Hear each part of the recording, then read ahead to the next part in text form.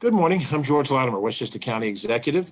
Welcome to Facebook Live. It is in the 11 o'clock hour, and this is our opportunity to talk with individuals both inside and outside of county government as we deal with this COVID virus outbreak. We're now 3.5 months, almost 4 months through the contagion. And of course, as we'll share with numbers at 2 o'clock, we've seen a steady diminution of what's happening countywide. But we made it a point in this forum and also in our 2 o'clock updates to include the leaders of our local governments, the villages, the cities, and the towns that make up Westchester County. Westchester County, almost 1 million people. We think the census will show that we have 1 million people.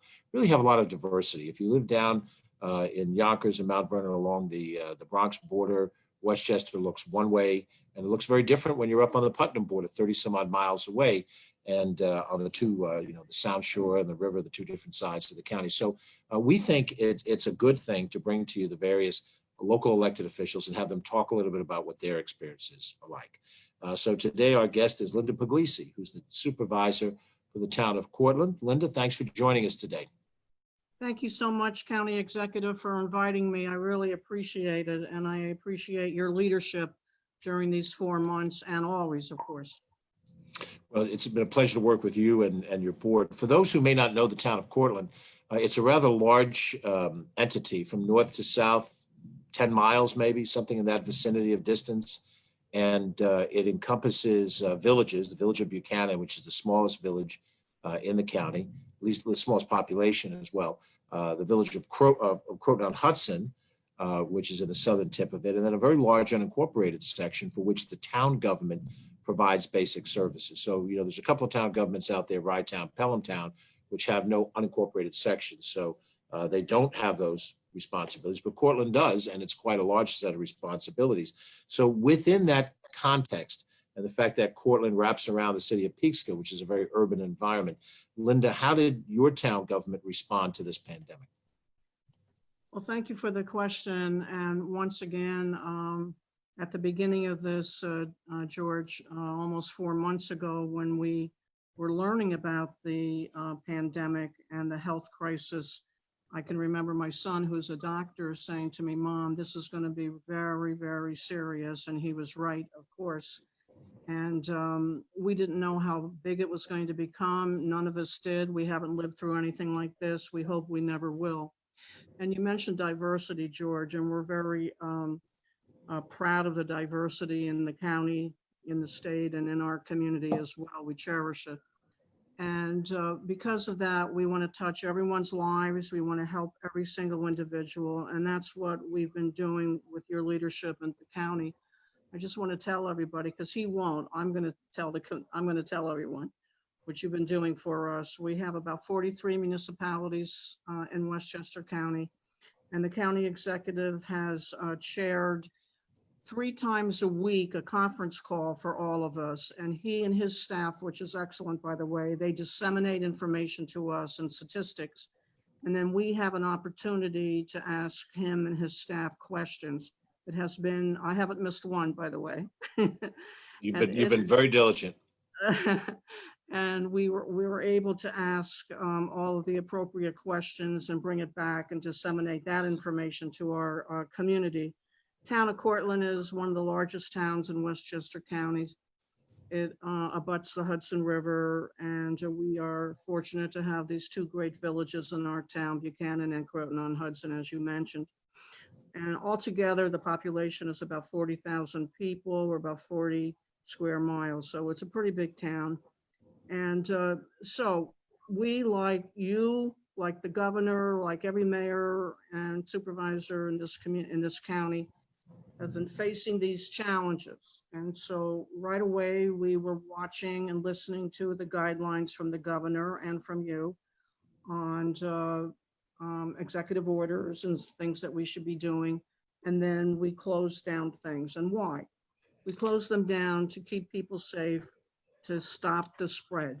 And that has been the goal from day one. Everything we've done, that has been the premise of stopping the spread.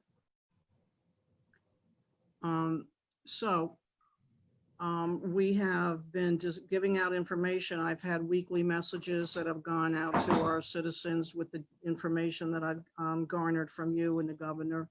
and from us, and then reached out, of course, to our emergency services. The people on the front lines have been phenomenal. George, as you know, we praise them. We thank them profusely. We have a hospital, New York Presbyterian Hudson Valley Hospital Center is in our town. So the president and all the doctors, nurses, and healthcare workers have been wonderful. We have several nursing homes in our community, the emergency services. So we've been coordinating with all of them.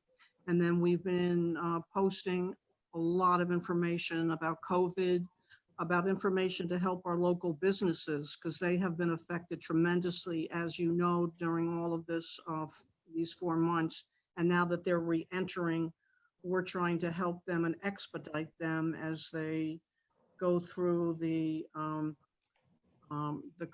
codes and the building and all of that. We want to expedite that for them as well. So, and food pantries have been so important. We've contributed to food pantries. As you know, you've had leaders of food pantries on your conference calls. So, and then our employees, we have approximately 200 employees in our town government, George. And so we had to give them the information. And what do you mean we have to close the offices, work remotely from home? You know, the essential workers versus the non-essentials. To me, they're all essential, right? But we had to develop those protocols for them. And now as they've re-entered our government, the protocols for them and for the public.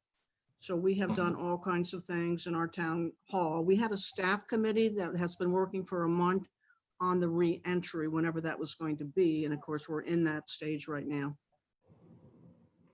Well, it's really been a massive challenge for the town as well as for the county working together. We'll use one example in your town. County has Croton Gorge Park, which is really a very beautiful facility.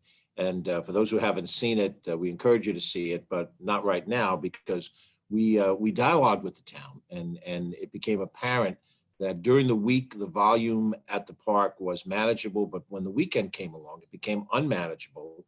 We got a large number of people coming from outside the town and the parking issues. So just talk a little bit about it, because it was at your recommendation, the concerns that had, by which the county made the decision to close it on the weekends. The issue, the Croton River runs through the Croton Gorge Park, which is a county park, as you know. And then the other jurisdictions are a couple towns like Ossining and Newcastle and Cortlandt. And then a big part of it is the New York State parks, and the DEC is involved in that also. So every year we have problems because it's a pristine area. Not that that's a problem, but we have people from all over that want to come to this beautiful area. And parking along the roads is problematic. Too many people in the river. People take chances of diving into the river. There's been some drownings over the decades in that vicinity. So it's a challenge for the police departments also. So this year, with a lot of pools in the area being closed and camps being closed for obvious reasons, then this area becomes a magnet for people to gravitate to. So we have been, the other elected officials have asked you and the state to curtail the usage for a while, and we thank you for doing that. So that's been the problems. It's beautiful. We want everybody to enjoy it, but and it's very difficult to social distance, and we can talk about that. You certainly know about that with your parks, is that it's so, how do you enforce it? You could have, you know, many hundreds and hundreds of police officers and stewards and park rangers, but it's almost impossible to do the social distancing, and you know, so that's a problem. And then and those are just this is the most important thing that we can do, is wear the mask. Yeah, that's true. Well, and those are the decisions that we both have to make in real time, and of course we have to try to coordinate it. Over on the Hudson River, not too far away, within physically the parameters of the town, we have Croton Point Park, where we have a beach. It's one of our two beaches. It's the one that we have on the Hudson side of the county, and it's a smaller beach. And we opened that a couple of weeks ago, I guess Memorial Day weekend, and to try to manage that, because people do need to cool off, and it's a lovely place to go. On the on the Sound Shore side, we have Playland Beach, which is a little bit larger. And then, of course, we've lost the use of Glen Island because of the COVID testing center that was created by the state. But the bottom line is that in these decisions, we work together, we discuss it, we get input, and we try to figure out what's the least impactful way to do something that doesn't create problems for the town of Cortland or the village of Croton on Hudson or whatever the jurisdictions are. Let's switch over. We've gone through this process where the governor laid out a series of phases to reopen the society. The society got shut down in the month of March. Restaurants, bars, barbershops, beauty parlors, nail salons, gyms, you name it, it all got closed in mid-March. And then he set out a program and a parameter that starts the reentry based on our statistics. And our statistics have been coming down dramatically and regularly over the last 2.5 months. So Thankfully. that's good. We're in a better place, say, right now than places like Florida and Texas where everything is spiking. But what's that meant in the town? How have your businesses responded to first the opening of manufacturing and construction, and then in phase two, the openings of outside restaurant dining and retail office space, and now that we've just entered phase three, the indoor dining, and then things like nail salons and so forth. How has it been for your business community in Cortland? Well, as I said before, we've been trying, as you have, we've been trying to do everything we can for our approximately 250 small businesses in our community. During the height of the pandemic, we had a separate website just for helping our businesses. So any bit of information, the funding that was coming, trickling down from the federal government, we were working with them to fill out the forms, the applications, and so on. We have an economic consultant, one of our town board members, Councilman Jim Croton, and in fact, the entire town board. We have been supportive of helping our local businesses during the height of the pandemic and now as they are re-entering. So we're trying to relax all the codes and the restrictions that they have to go through in a normal day, right? But now we're trying to expedite it. That's the word that I'm looking for, so that they can reopen as quickly as possible to help them. And I want to say something about the local delis and the local restaurants. They have been terrific with the takeout food, thankfully. Right, George? To help us get through this. And we've made sure that we've gone to them and helped them as well. So I try to make the rounds and see how they're doing, and I know you do that too. But it's something that we just never knew how big this was going to be, and with all the closings throughout the last 4 months, the journey. I was thinking about this when we first started, George. It was the tail end of winter. We've gone through spring, and now we're in the summer season. It's really amazing, all the various holidays and all the different events that you and I go to.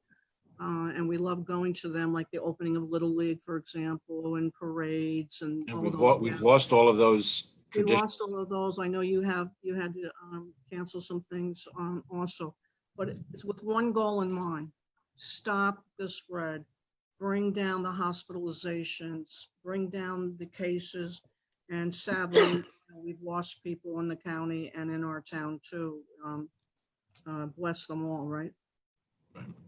Well, we do have the distinction, you and I and Mayor Knickerbocker, of being in the only St. Patrick's parade that was held in Westchester County, because it happened about roughly 2 weeks before St. Patrick's Day. We had reached the critical situation that required us to shut things down. So we did have a chance, Teresa and I, to march. You were with us when we got to the quote unquote reviewing area for Buchanan Village. And that was and I'm of Irish and Italian extraction. That was that least little connection that I had to my Irish roots right there in your town in the village of Buchanan that day before we had to lose all of that. So that was the last big event and gathering that we were at. And first of all, you're everywhere. You go to all 43 municipalities in the county. You're at every single one. I don't know how you do it. It's phenomenal. And so Teresa, the town board, and I, we were there, and the Village of Buchanan board was there. And that was when we were just starting to talk about, gosh, how big is this going to be? What are we going to have to do? It was really before it became larger than we had anticipated. So that was in, you know, early March. Yeah, early March, Yeah. as I recall. Well, and of course, as local officials, town, village, county officials, we don't have knowledge of what's happening in China or Italy. We watch television, we go home at night, we run our governments in the here and now. How do we, how do you provide police, fire, sanitation, snow removal? How do we provide sewer treatment, bus service, jail function, probation function? And, we don't necessarily know what the CDC is thinking until we, turn on our TV set at night and the whole world finds out what the CDC is thinking. But that was one of the memories of the spring that I have just before we started the shutdown. Another memory I have before the spring, and it affects the town and also the village of Buchanan, is the shutdown of Reactor 2, Unit 2 at Indian Point. That's right. That is a big issue that's laid at your front door. It's a big issue. There's 3 nuclear plants. The host community, of course, is the village of Buchanan, and the town of Cortlandt is the town where these plants have been for over 50 years. And as you know, they were closed down by Entergy and the governor. We knew, George, that they were going to close eventually. We just didn't know they were going to close sooner rather than later. That's behind us, be that what it may, we have to deal with it. So Indian Point 2, owned by Entergy, closed it, turned off the switch, closed the doors during this pandemic in April. The last plant closes next April, and then the first one, IP1, was closed about 20 years ago. So because of that, the challenges that we face, and it affects the county also, is the loss of jobs, about 1,000 permanent, good paying jobs, and tax revenue. It's our biggest employer, and it's our biggest taxpayer in our village and our town. So the village and the Hendrick Hudson School District, they're going to lose significant amount of money. We will too. The county will also, but not as much as that school district and the village. Right. So we've been having a task force. You've been to many of our meetings. Thank you. And we've been trying to meet these challenges, and we'll continue to do so. But all of this happened before the pandemic. That was the biggest thing that was going to be happening, right? And then this happened right in the middle of that pandemic, and we had a press conference the day that it closed. So it's challenges. We knew it was going to happen, but not this soon. And we will meet the challenges together, as we've been doing with all these other challenges, including this one. I want to say, right now we are communicating via Zoom or Facebook Live, and thankfully we have this technology that we've been able to do this. I think that I've had more Zoom meetings than I ever had before in my life. Absolutely. And if I could just take a personal moment, I have 2 wonderful grandsons, Oliver and Jeremy. Oliver's 15, Jeremy is 12. They live down in southern Westchester with my daughter, Allie, and son-in-law, Tom. And then my son, Jeff's and his wife are over in Connecticut. But I want to just give a shout out, if I may, to my grandsons, because they've kept me going. And, with your family, to have, to be with your family, and they give you the strength to go on every single day.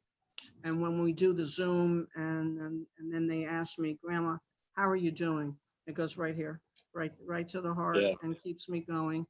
And my little one, Jeremy, is a magician. So I have watched him grow as a magician with the card tricks. He could be a professional, let me tell you, George. So thank you for letting me take a personal note. Well, listen, we could use his skills. We still have to balance this county budget. I will ask him to give you revenue. So tell them, come on down. We could use a few magic tricks. Oh, that's funny. But I can relate to that too. I have a grandson who is turning tomorrow 3 years old, Cooper, and a grandson will be 5 in September. Now they're in Lexington, Kentucky, so they're not around the corner. But it's just as a personal note. We'll get back to the governmental in a second. But I remember speaking to my grandmother. My father's mother was the oldest living grandparent that I knew, and she lived to be 92. And, she was born, I guess, in 1892. And, you know, if my grandchildren, your grandchildren live a good long life, they'll make it to the year 2100. So by knowing my grandmother and knowing my own grandchildren, I get a sweep of 200 years of life. I'm only going to Amazing. have, you know, X number of those years in the middle, but it's still an impressive thing. And what it does remind us is whatever we're doing in these government roles, they're not forever. But the decisions we make could be forever. An Indian Point decision will last a lot longer than I will in public office. So you have to try to get it right if you have to make a decision that has, you know, potentially years of impact to it. And when you look at those grandchildren, you realize they don't understand, but you have to understand on their behalf. You have to make the decision knowing that in due time, they're going to be affected by the decisions that you and I make. You know, that's Yes, they are, and they will remember this, and they will use this to make themselves stronger in their lives as they grow. But really, I want to just also say that the people who reside in our lovely town and the people in the county and the state, they have been resilient. They've been vigilant. They have abided by the orders, the executive orders, the guidelines emanating from the governor and from you and from us at a local level. And that has helped our area, our region, our state go down in the right direction in the numbers. So they're heroes too for, you know, if the people didn't abide by these rules, we could be in bad shape. But they have been terrific, and I applaud them all. Right. And the kids, just think what's happened to the children. You know, their schools closed, camps are closed in our town. You know, because of social distancing reasons. We pick up children on the buses. How do you social distance children on a bus, driving them to the camp? So we had to make those tough decisions, very tough decisions. And now we had to close the playgrounds, as you remember. right. And now in phase 3, phase 3, we're now able to lift that restriction and open the playgrounds, sanitize them all the time, of course. Right. Wear these. Mhm. And then we have a lot of parks, and we have trails, and we have a dog park, which is the most popular park in our town. Yeah, those are great, greatly Yeah. used in the communities that have them. So that's opening up. And then we have miniature golf. You mentioned that the other day on your Right. call. Yeah, we've been allowed to open that too. So Yeah, so now we can open that. reasons to come to Cortland. You know, you've got a lot of reasons to come and visit. Hopefully, as the society opens up, Linda, the folks who are watching who live in other parts of the county will find their way up there. You've got some beautiful Hudson River, Yeah, it's beautiful. some vistas down in Verplank, And we have some beautiful county parks, like you mentioned, Croton Point Park. We have Blue Mountain. We have George's Right. Island.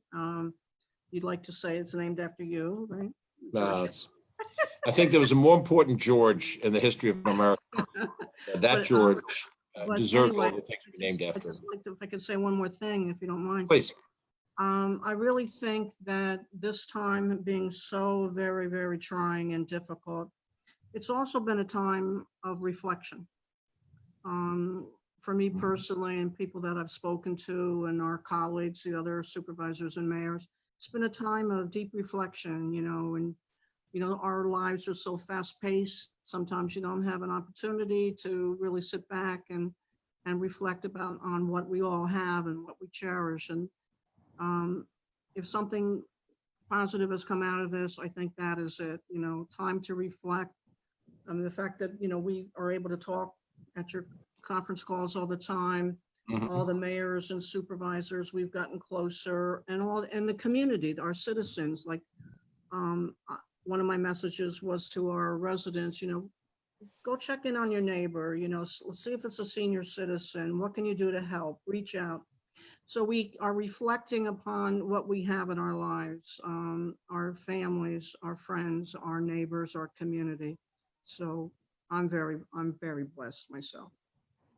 Linda, those are the best possible words to end on. We've been talking with Linda Puglisi, who's the town supervisor for the town of Cortland, and we'll be back on the phone with her at 3:30 and all of our colleagues to Yes. update what's happening around the county and in the different communities on these municipal calls. I think it's important for people to know that, you know, they hear a lot about government fighting and we have our disagreements, and we have the disagreements just like you have in your family. But when we're together at this level of government, the county and the local governments, we don't worry about who's a Republican and who's a Democrat. We don't worry about, those external things. We just try to figure out how can we work together and how can we solve the problems that have been put in front of us. So, Absolutely. Linda, thank you for being with us today. And we look forward to seeing you in person whenever the medical people say it's okay. So At the next parade, George, at the next parade. at the next parade. Thank you so much. Thank you. Thank you. Thank you, Linda. Thank you for watching. We'll be back at 2 o'clock. We'll be holding our 2 o'clock official update on coronavirus from Saxon Woods Park, Saxon Woods Pool in White Plains. We'll be remote down there. We're going to be opening Saxon Woods and another one of our county pools this weekend, 2 more the following weekend, as we continue to try to open up things that will give people recreational outlets. So it's good backdrop for us to give you the update, and we'll do that at 2 o'clock. In the meantime, stay safe, and we'll see you this afternoon. Have a good day. Thank you. Bye-bye now.